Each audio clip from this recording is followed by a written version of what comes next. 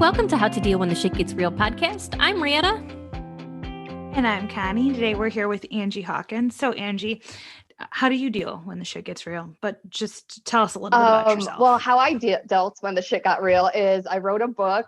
And so I'm, as we were just discussing, I'm a Chicagoan and I transplanted to Hawaii. And I recently published a book called Running in Slippers. And it's a story that covers about a 5-year period of my life. And it starts when I plummeted into despair after a failed relationship and my dad dying. And it takes you on the roller coaster of severely misguided attempts to fill the voids of love and connection. And it reads like a train wreck that you cannot look away from. And it's different from other memoirs because it's totally raw and totally vulnerable. And that's important because, and this is the reason why I wrote it, is because what we see on social media is profoundly filtered and edited. Even in real life, we're all walking around wearing masks and we're not talking about the shitty things that happen to us, but we're all going through the same shitty things.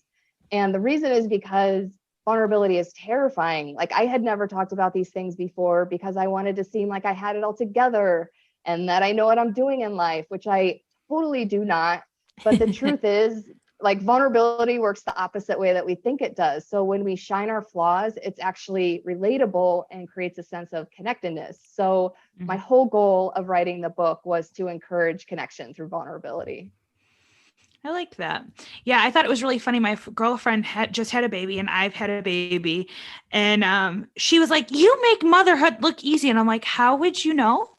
I was like, I don't even I post photos of my son on Instagram, but like, I don't post like what we do day to day or like him crying or anything like. I was like, girl, you're out of your mind. I am not doing it any more perfectly than any other person, and every single baby is different and you always have ups and downs. You definitely can't go by the fact that I've read books, so I have like a little bit of knowledge, whatever that means. You know, I'm like, that doesn't mean I'm doing it perfectly whatsoever. Don't look at my social media to see a perfect mom because you're going to just hate yourself, honestly. Yeah. And I think that's what people do. We all compare ourselves to what's going on social media, and it's just not reality at all. No, it's not at all. It is a very half-sided story at the least, at the very least. Well, even for me, living in Hawaii, people see my Instagram and they think I'm living the life because I post pictures of me like surfing and hiking and laughing. But it's like, I don't post pictures of me working at 4 a.m. like, because my job is based out of Chicago. So I get up at 4 a.m. to work and, you know, I don't post boring pictures because that's boring. So like they only see like the highlights of my life. Yeah. Yeah, of course. It was the same when I lived in Hawaii too. Everybody's like, you're just hiking all the time. I'm like, no, but yes. But yeah, especially when you're living here, like you actually have life responsibilities. It's not like you're on vacation and have all of this time to go hiking or whatever. Yeah, exactly. Yeah. So you talked about that you went through 2 romantic relationships. They both didn't really pan out so well. So what happened? Take us through that. They're both very long, dramatic stories. So I love it. Just give you the Cliff Notes version. Oh, come on. Give me all the drama. So one is, and they were both impactful for different reasons. And both of these are discussed in the book.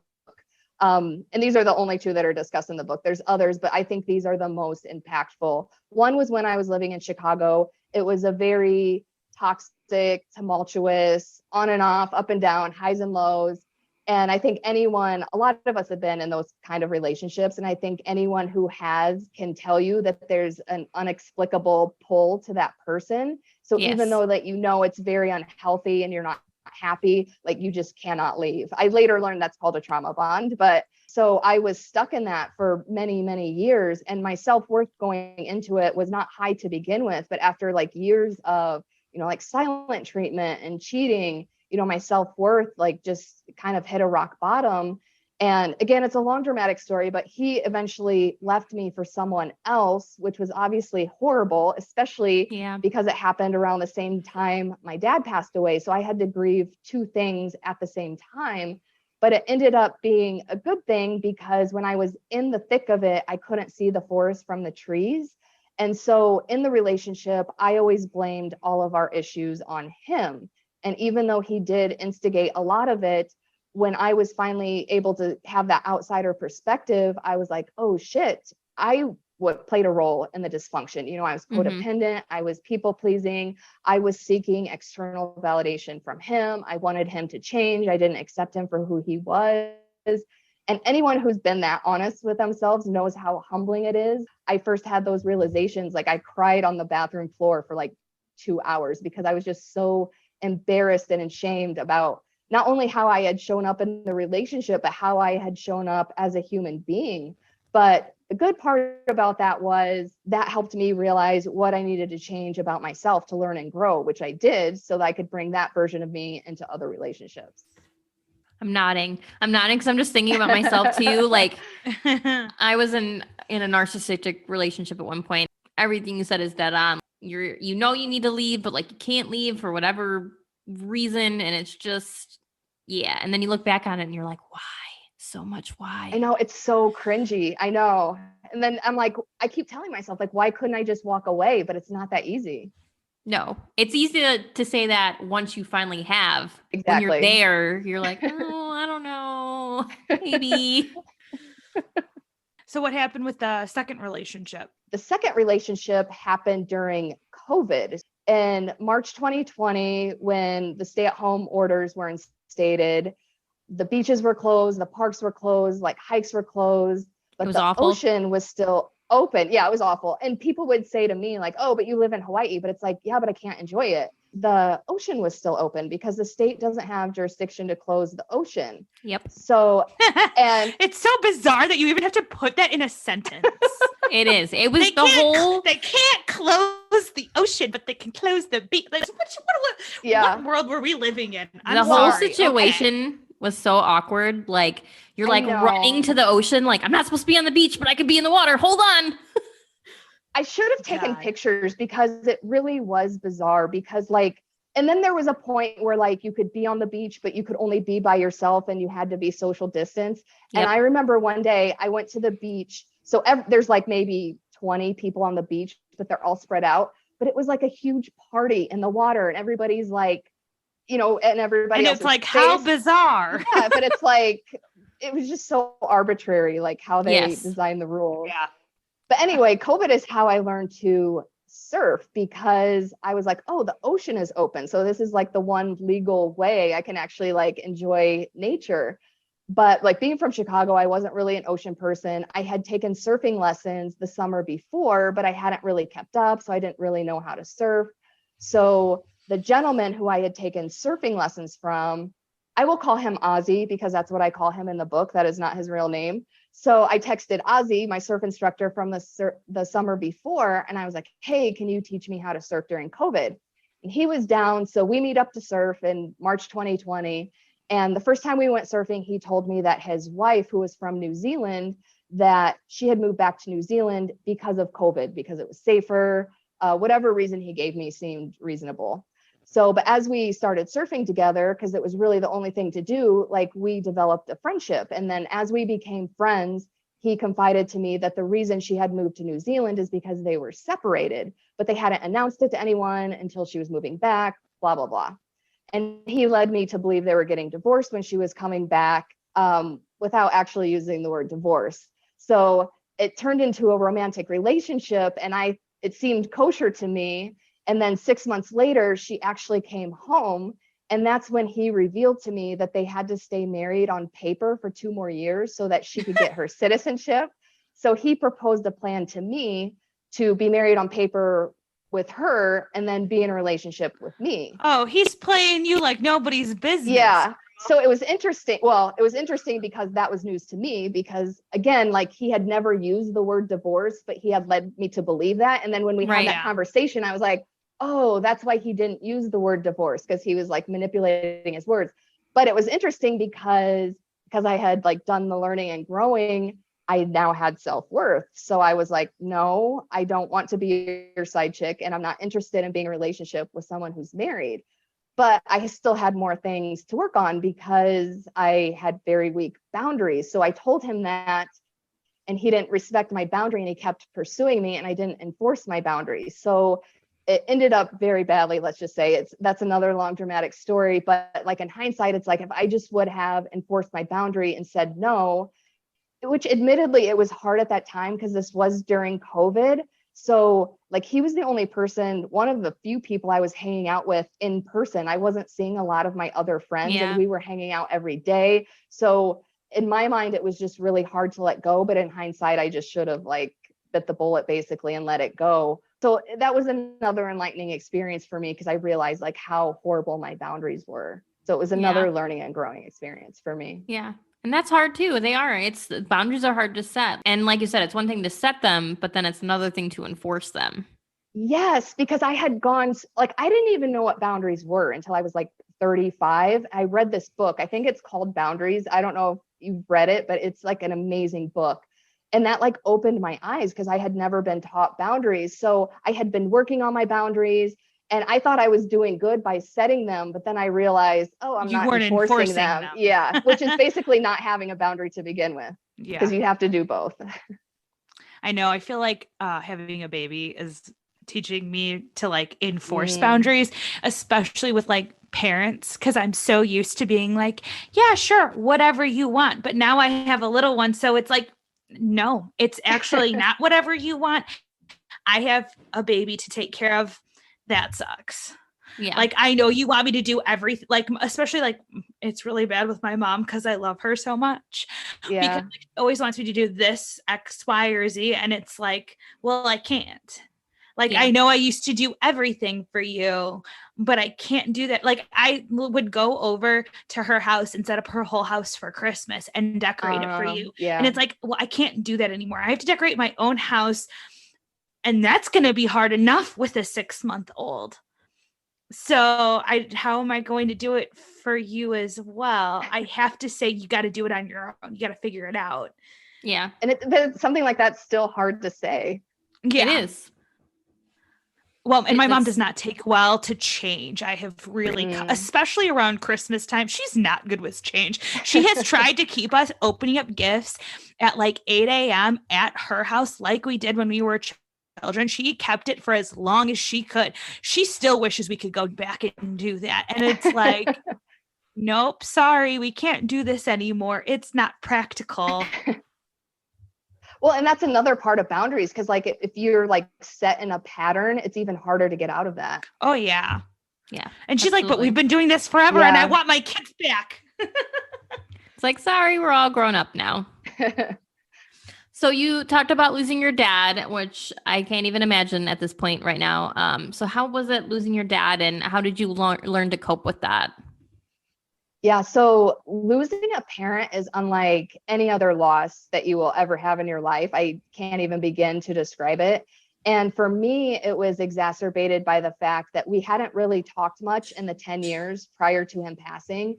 And even in general, like we were never very close in my life because growing up, my parents didn't get divorced until I went away to college. So growing up, I have a sister. So my sister and I lived in the same household as my parents, but my dad he was an alcoholic. He was very passive. He was very emotionally unavailable. So even though physically he was there, emotionally he was not. So we were never close growing up. And then I went away to college and I was more mature and I was like, oh, I want to have a better relationship with him. So I started calling him every week, but my efforts were not reciprocated, at least not in the way I was expecting. Yeah. So it finally came to a head so I went to Indiana University, and after school, I was living and working in Indianapolis, but I really wanted to move to Chicago. So I started looking for jobs in Chicago, and my dad knew that's what I wanted to do. So I finally got an offer from a job that was a good fit for me. So I was so excited, and I called my dad to tell him the good news, and he totally rained on my parade. He was like, you're going to hate living there. It's expensive. There's too much traffic. I'm not helping you move. And I was like devastated. I just remember like going to bed that night and crying and thinking like, I cannot do this anymore. So I stopped initiating contact with him. And I would only see him like the 1 or 2 times a year that I would visit my parents for the holidays. And then he died unexpectedly. So I just had all of this guilt because even though logically I knew I did all I could do, like emotionally, it's kind of like you don't get that closure that you really want. Yeah. Yeah. You don't That's get hard. that final goodbye. You don't get to tell him how you Yeah. feel. So there's like the emotional aspect of it. And then in that experience, I learned like I'm a long-term griever. And again, this goes back to like Instagram and kind of certain society pressures. Like there's a lot of society pressure to like just get over it. And there's Yeah. not a lot of like support for people to grieve, even like more minor things like breakups or other losses. Like I feel like people are just like, oh, just get over it. You should just move on. And it's not that easy. No, absolutely Yeah, not. I actually just saw like a post or whatever that was like grieving when you become a mother, the person you were Yes. before. And people because don't, you're not that person anymore and you can't be. and people don't understand like there's so many different levels of grief, because even I wasn't aware of like that aspect of grief, but it makes sense because you're always like shedding old layers of yourself. Yeah, exactly. Yeah, and we just lost our grandma in March, so this is going to be our first Christmas without her. And granted, we had her for 90 plus years, which is a blessing, but it's still going to be very strange to have Christmas without her. Yes. Especially because she was a Christmas baby. She was super into Christmas. Yeah. I actually have her like for my baby shower. It was like your favorite family tradition, and she wrote Christmas cookies. Yeah. And like that's one thing we always did through our childhood was the Christmas cookie. So it's hanging up on my wall, and this will be the first year where we don't have grandma to do Christmas cookies with, and we always forget those like two ingredients or so. Yeah. I can't name specifically the ingredients because it changes every year, but there's always at least one run to the grocery store because we've forgotten X, Y, or Z every year. But like my take on it is it like, what if 10 years from now on Christmas, you're still sad? I'm not saying like debilitating sad, but what if you're still sad? Like, oh, I wish she was here making cookies. And I feel like that's not socially acceptable. People are like, oh, you should just like get over it and stop thinking about it. But what's wrong being sad about losing your grandma, especially around Christmas, if that was her thing? Yeah, exactly. Honestly, that's going to probably be me for the rest of my life. I will probably always think of grandma on Christmas and be sad. And I fully support that. At least a little. Yeah, at least a little. Yeah, exactly. Because I mean, I still think our grandpa passed away in like what, 2015? It was 7 years. It was 7 years this year. It just passed. Okay, well, the end of last month. So it was 7 years. So, and I still think of him. And I'm a little sad, but not like debilitating. But I always randomly think of him. Oh, yeah. Yeah. I think if it's interfering with your life, then obviously there's something you need to process through. But like, what is wrong with being sad about a loss? This is my other grandma's ring, and she's been gone since 2010. So, I mean, quite a few years now. Yeah. And when I'm like really trying to write, I wear her ring because I'm like, she's with me. She's helping me write. Like, we're doing the thing. So like, it doesn't change. That's a good point too, because that's what really helped me with my dad. I write him letters every day. He gives me signs. Like I know this sounds weird, but like I see like coins, like certain birds remind me of him. And I tell people that like you can still be connected with them. It's just the relationship is different because you can't have a conversation or do something that, you know, the three of us are doing right now, but it's just different. You can still be connected with people on the other side. And that makes it less sad because it's not a total loss. Right. Actually, exactly. Angie, that's kind of funny because we just wrote questions for a tarot card reader that we're interviewing like next week. And that honestly would be like a good question for her. Well, like, do you believe in those types of signs? To expand on that story, I actually, because I was so distraught with guilt after my dad died, I actually went to a medium to like, because I just had to know that he forgave me. And so she gave me the messages that he did. But I'm also intuitive myself. So that's how I'm able to like tap into his energy. Like I'm probably not as in tune as your tarot reader that you're going to interview. Everybody has different levels, but I think everybody has some form of intuition. And if you have someone on the other side, I think everybody is capable of communicating with their loved ones on the other side at a bare minimum. Yes, absolutely. I think so too. I know Connie and I have both gotten signs on different levels from loved ones, and we've talked to many people that have lost husbands and children, and they've all mentioned different types of signs.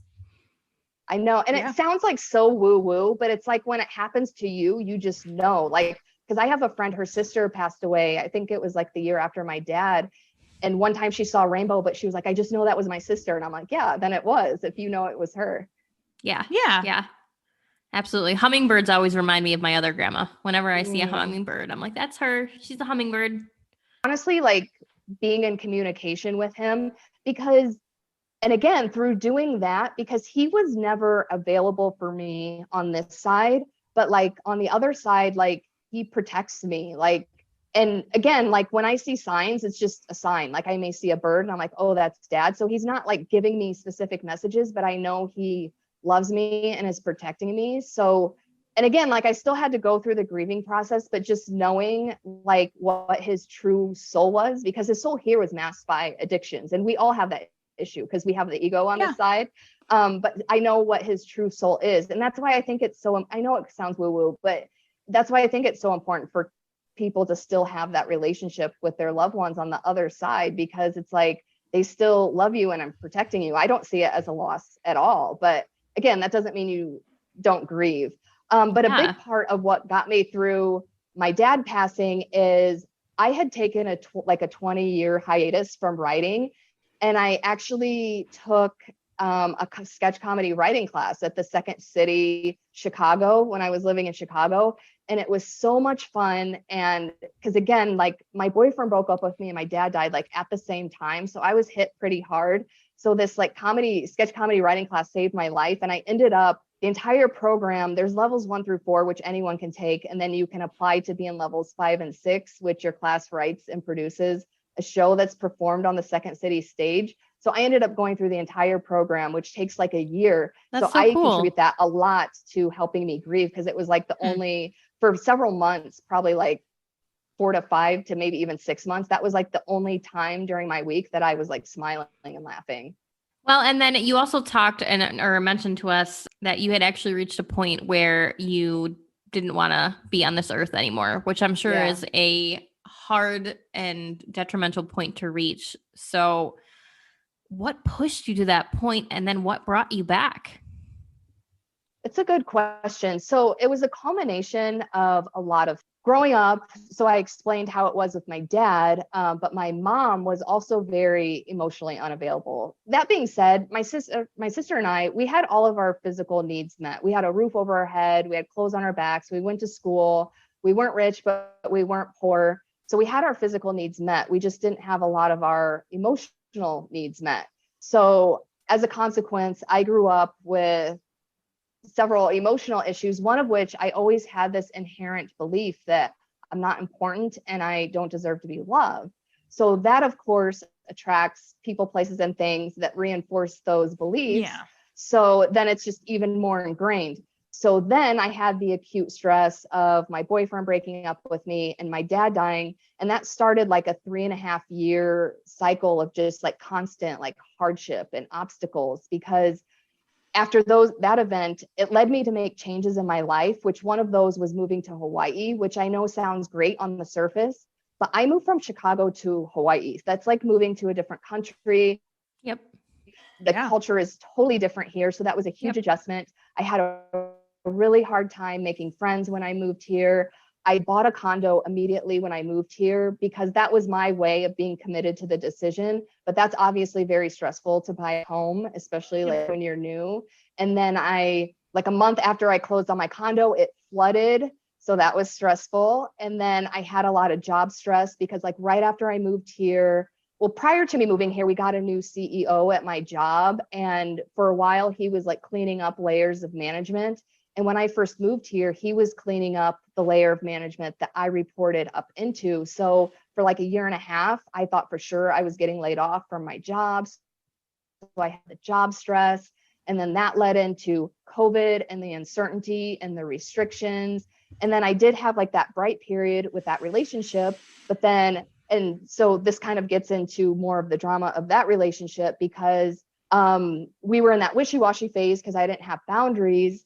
And in that, I didn't find out about this until later, but his wife found out about us. And it turns out her mom controls their finances. Oh, so there was a threat to him to cut off the money. So he dropped me on my ass with little explanation. So again, like I had like in 3.5 years, I had all of these events just piling up. And again, he was the only person I was really spending time with during COVID. He like, not only were we lovers, but we were best friends. Like, I wasn't really spending time with a lot of other friends. There really wasn't much else to do during COVID. And I just kind of like reached a point where like, cause I'm a strong person, but I was like, I cannot handle this anymore. And I intentionally overdosed on my anxiety medication because and it was funny because I've actually researched, most of them seem going to do, but I woke up in the middle of the night one night and I was just like, I cannot take this. And I like took an entire bottle of pills. So it's like, that's like how at my wit's end I was, because it was just so spontaneous. And like, I was just doing what I needed to do to survive in that moment. Yeah. Ugh, so hard. What inspired you to start writing, and what was your writing style like? Well, what inspired me to start writing as a child, I was always an avid writer. And I think it was because I was always an avid reader. Those things that generally go hand in hand. And then I was writing like all through high school. I loved creative writing. But then I went to college and studied finance, which is boring. And the opposite of writing. So again, I had like that 20-year. Yeah. So I had like that 20-year hiatus until I took the classes at Second City, Chicago. So I highly attribute getting back into writing to Second City, Chicago. So like that really like lit a spark in me. I was like, I love writing. And that obviously there was like a series of events that actually led me to writing the book. Yeah. Yeah. Makes sense. And it's one way to like get through all of those emotions that you were feeling as well, you know? Oh, yeah. So that's a really good point, because while I was writing the book, people were like, oh, that must have been so therapeutic. Mm-hmm. And at the time I was like, no, because it was just rehashing all of like these negative events, and I had to like relive them. But in a way, like it really did help, because it helped me because the only way, and this is what I've really learned through these experiences, the only way to get on the other side of your feelings is like to move through them. Like you can repress them as much as you want, but they come back out eventually. So the only way to move through it is to actually experience it and feel it. And I do think, in hindsight, I do think writing the book was therapeutic, because I had to continually, because anyone who's written a book knows that you read your own book a gazillion times. So I had to like constantly experience those events. And then it finally got to the point where it like wasn't as triggering. Yeah. Is there ever going to be like, do you have plans for like other books, or just starting with this one now and we'll think about another one later? So it's funny, because when I was writing this book, the original version was like twice as long. So obviously I had to cut it down in length, and it got to the point where I was like cutting out entire chapters, and I had no idea how to organize a book. So I just had all these different like Word docs, and I organized it in an Excel spreadsheet. So as I'm like deleting these chapters to psychologically make myself feel better about it, I made a section of my spreadsheet that was for my next book. So I actually have material for a next book, and people have already been asking me. And I'm also learning that the best way to market your first book is to write another book. So I do think that's in my future. I just don't know when. Nice. Awesome. Yeah, I feel like once you get rolling, like you're just not going to stop. Yeah. And right now I'm marketing the book, and like writing another book is way more appealing to me than actually doing the marketing. Yes. Yeah. Marketing is no fun. Yeah. That's how I feel about the podcast marketing and going on social media and be like, listen to our podcast. Yeah. They're like, oh God, do I have to? Yeah, exactly. It's way more fun to produce than to market. Yes. Talk to all the cool people. Love doing that. Posting on social media, like pulling teeth. Oh, but like, I love your podcast though, because of like the theme, because like nobody's talking about the shitty things that happen to us. Yeah. And we were like talking about other like podcasts, and it's like you like the really popular ones like Joe Rogan and whomever, all the super popular guys that are only like talking to super popular people. And it's like, they're not talking about anything real. I know. They're talking about the vodka they made or whatever. But like, they're not talking or about the fluff.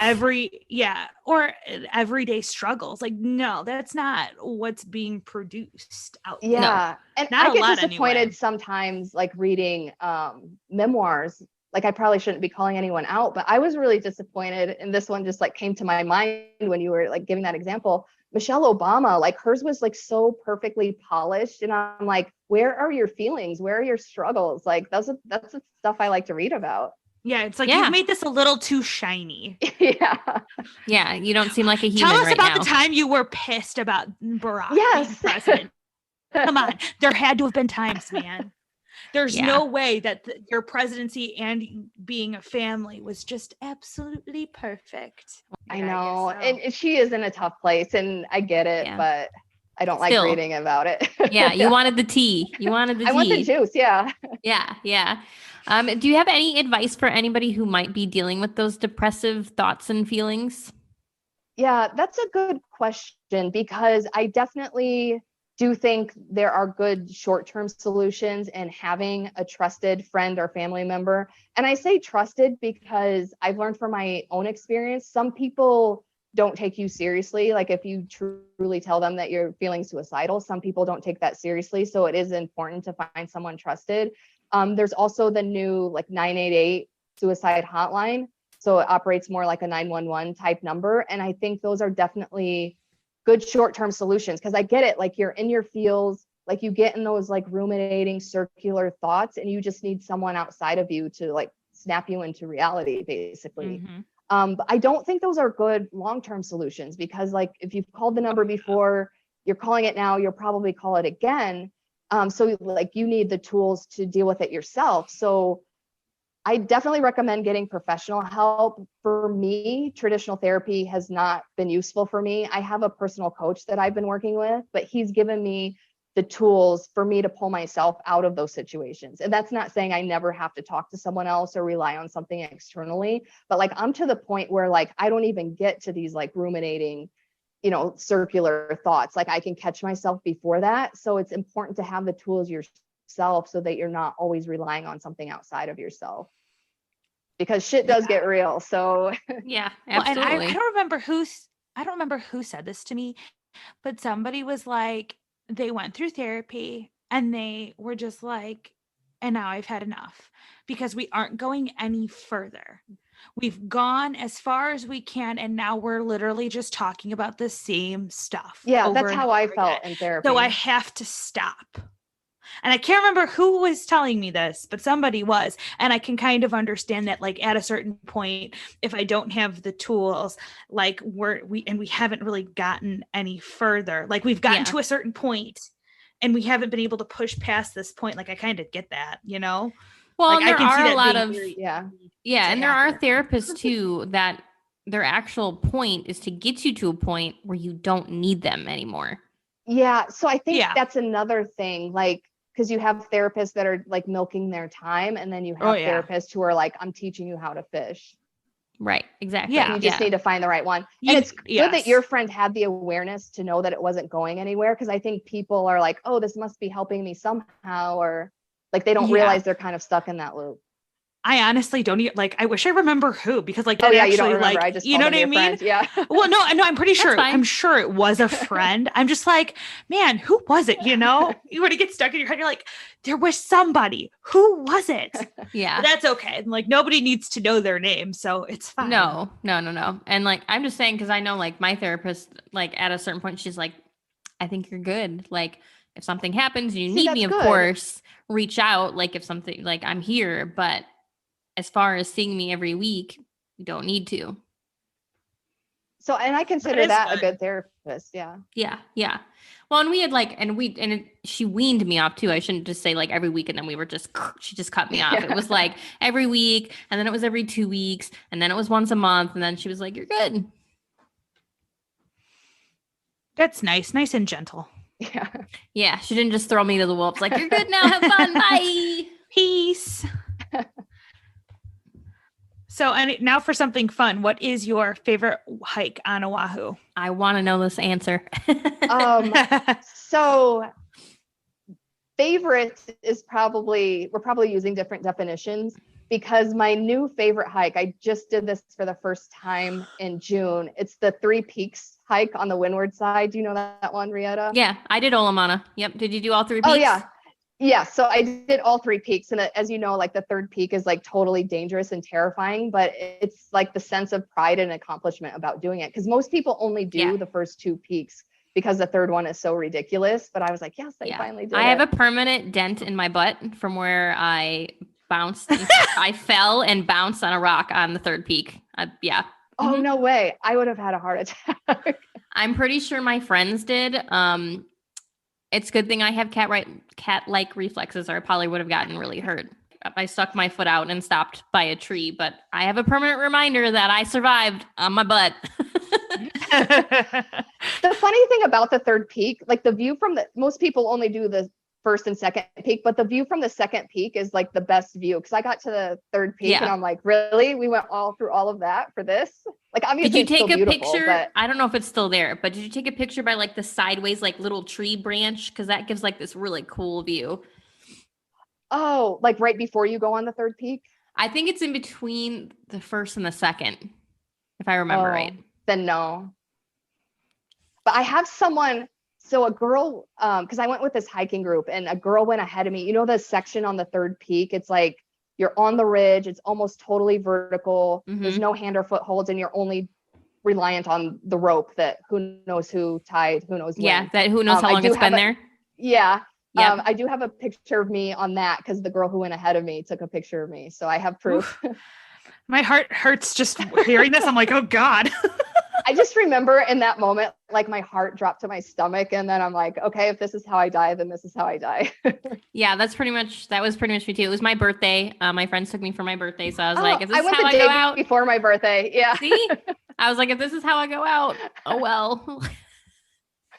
So now I have a question, because you said, like, I think your definition of favorite is different. So what is your definition for favorite hike? Oh,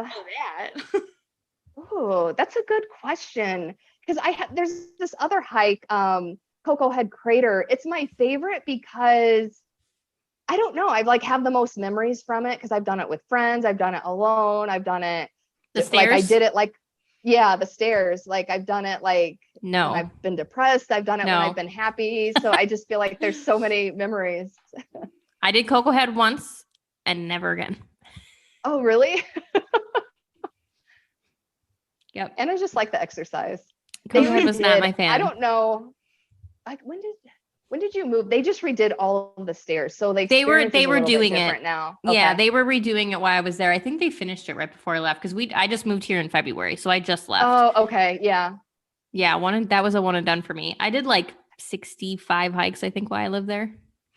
See, I would love to do more. My hiking friend, Jacob, he was in the Navy and he was my hiking buddy. We would try to do a new hike every month, but then right before COVID, he got out of the Navy and moved to San Francisco. So then I was like, well, then for a while hikes were closed, but then when they opened back up, I'm like, oh, I'm going to hike because I don't have other friends who like to hike. So I'm like, oh, I'll just go by myself. So I went on this hike on the North Shore and I got off trail somehow. I was lost for 45 minutes because I had no signal on my phone to be able to like pull up a map or anything. So after that, I'm like, I'm not going hiking by myself. So that's why it took me so long to even get to the 3 Peaks hike because I had to find other people to do it with me. Yeah, to do it with you. Yeah. That was like I would do more. I just don't have any hiking friends. I used to go alone by myself a lot. I actually did I did Stairway to Heaven by myself the first time because nobody really? would go with me because they didn't want to get caught. And I was like, well, screw you guys, I'm going. And then after I went, like 12 people were like, take me. And I'm like, where were you guys when I needed someone to go with me? Yeah. Rude. It was rude. Yeah. You need to move back so that we can go hiking. I know. I'm just going to have to come visit. Go for a visit. Yeah. So let me ask you, what was your favorite hike? Because I need to do some of these other hikes. It's so hard there because there's so many that are really beautiful. Yeah. Stairway is an experience. I ended up doing it 3 times up the stairs, the illegal way. And it's such a unique experience. And if it wouldn't be that, Crouching Lion is amazing and it's short. Oh yeah. I like that one. I've done that one. Yeah. It's really peaceful. I had a friend that was a photographer when I lived there and she took these really amazing pictures of me on Crouching Lion. So yeah, she did a great job on those. Yeah. So I have some really great sunset pictures from Crouching Lion. Cool. Yeah, Yeah. I mean, that's so scenic from like every angle, basically. Yeah, you get a 360, which is really cool. We swam out to Molokai, or not Molokai, Chinaman's Hat. Yeah. Oh, you That's swam fun. out there? Yeah, we did. It's so shallow. I still don't know how Jackson made it. He was What? on a kayak. He was on a kayak, and Kyle was his motor. My husband was his motor swimming. Oh, I was gonna say, I was like, I don't know how Jackson did it, but that makes sense. Yeah. That's how he did it. Yeah, it's so hard to pick one. There's so many good ones. Waipulani is one of my favorite waterfalls because it's a double waterfall. Oh, yeah. I could go on for days. Yeah, I just need to find So is more there- hiking friends because there are Yeah. so many beautiful hikes.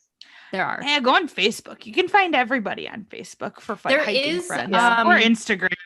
I think I'm actually still in 2 of them. There's the Oahu hiking community, which is a huge Facebook group. There's like 25,000 people in there. So you will absolutely find somebody in there. It's like OCH for short. Okay. And it's a huge, huge community. So you'll absolutely find somebody in there. And then there's like Hiking Hawaii, something like that. And that's another Okay. really good community. I think I'm still in both of them. So Oh, cool. Thank you. Nice. yeah. You'll definitely find someone on OCH because like I said, there's 20,000+ people in there. So Angie, do you have anything that you would like to leave our listeners with? Oh, that's a good question. Well, just going back to talking about the shitty things that happen to us, obviously it would be great if people bought my book and read it, but you don't have to, because I guess the message that I really want people to take away from these conversations is just to inspire people to be authentic and be vulnerable. There are people who may not like the real you, but the people who love you will love you for your light and your dark sides. And the people who don't are not your people. So I just want to inspire more people to be real. It's actually funny because The Rock just posted something on Instagram the other day. I love that The I Rock. loved. Yeah. The video was weird. He was like at the Bel Air Hotel and he was talking about how much he loved the hotel. But the caption he was talking about when he first started wrestling, they wanted him to have a certain image. They were like, you shouldn't lift so much weight. You need to cut weight. You shouldn't call yourself The Rock. And he was like, no, I'm going to be me. And then if I fail, then at least I fail being real and being myself. And I'm like, oh, that's such good advice. I love that. So much. Yeah, that's awesome. I love The Rock. His Instagram and like TikToks are the best. Yeah. I love that because now we can just be like, and this is where we're leaving it. We're leaving it with The Rock. Because do you know what The Rock is cooking?